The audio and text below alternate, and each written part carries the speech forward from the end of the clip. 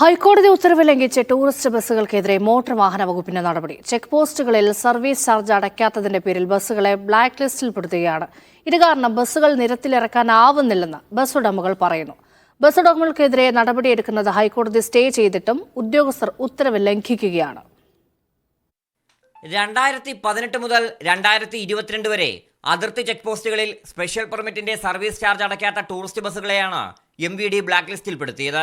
Service charge എന്ന പേരിൽ ട്രിപ്പിന് 105 രൂപ വെച്ച് അടപ്പിക്കാനുള്ള നീക്കം അനാവശ്യമെന്ന് ചൂണ്ടിക്കാട്ടി കോൺട്രാക്ട് കാരേജ് ഓപ്പറേറ്റേഴ്സ് അസോസിയേഷൻ ഹൈക്കോടതിയെ സമീപിക്കുകയും ഈ മാസം 12-ന് സ്റ്റേ വാങ്ങുകയും ചെയ്തു.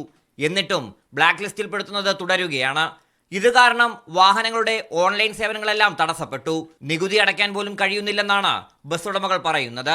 CCOAയും മറ്റൊരു സംഘടനയായ കോൺട്രാക്ട് കാരേജ് ഓണേഴ്സ് കമ്മ്യൂണിറ്റിയും ഇതിനെതിരെ പരാതി നൽകിയതോടെ ഓൺലൈൻ സേവനങ്ങൾ തടസ്സപ്പെടുത്തരുതെന്ന് ജോയിന്റ് ട്രാൻസ്പോർട്ട് കമ്മീഷണർ RTOമാർക്ക് കർശന നിർദ്ദേശം നൽകി. എന്നാൽ ഈ നിർദ്ദേശവും ഉദ്യോഗസ്ഥർ കണ്ട ഭാവം നടിച്ചിട്ടില്ല.